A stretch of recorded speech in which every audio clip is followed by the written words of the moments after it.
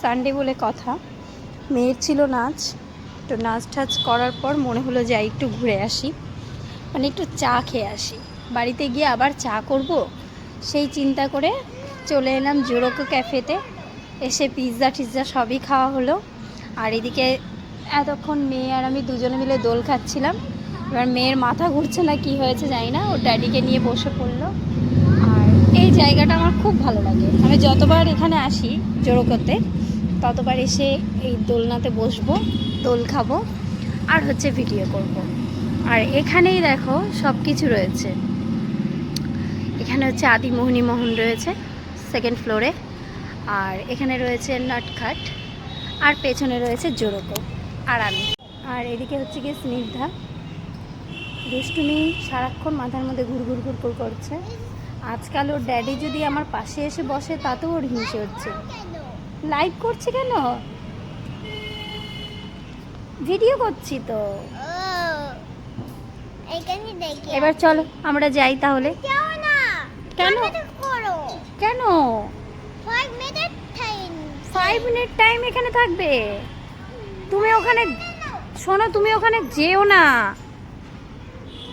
স্নিগ্ধা, তুমি ওখানে যেও না, ঘাসের মধ্যে পোকামাকড় থাকতে পারে।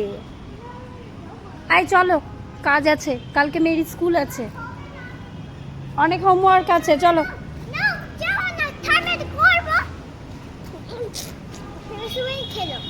সুইমিং খেলবো? হ্যাঁ। কোথায় সুইমিং খেলবো? সুইং করতে বলছে আমাকে। ও এখন বাড়ি যাবে না, বলছে সুইং করো। এবার ওর দিদার কাছে জন্মদিনেও বলেছিল দিদা আমাকে একটা সুইং কিনে দিও। এবার দেখা যাক দিদা মামা কী দেয়। আর এখানেই রয়েছে নির্বাণের ফ্ল্যাটটা। প্রত্যেকটা ফ্ল্যাটের সুন্দর ব্যালকনিতে সবাই যে গাছ ভালোবাসে সেটা একদম এখানে জল জল করে ফুটে উঠেছে।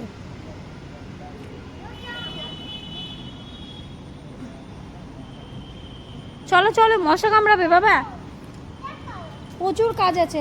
আয় চলো, আমি চলে যাচ্ছি, বাই বাই।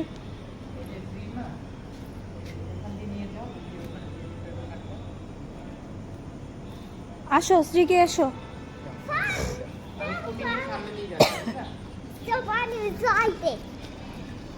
So excited?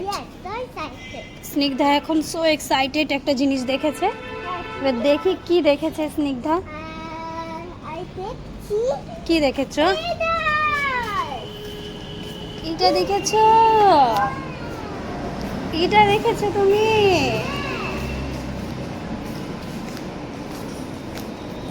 কি এটা? এটা কি গো? স্নিগ্ধা দেখেছে এটা, যে সো এক্সাইটেড।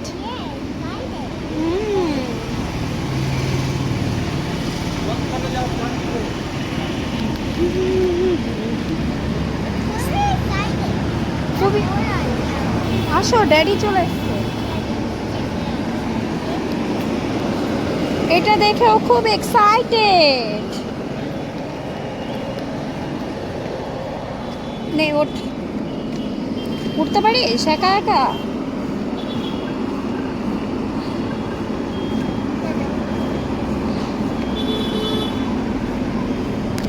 চলো আজকের মতো টাটা, গুড নাইট এভরিওয়ান। আদি মোহিনী মোহন কাঞ্জিলালে একদিনও ঢোকা হয়নি এখন আমার, দেখি কবে ঢুকি।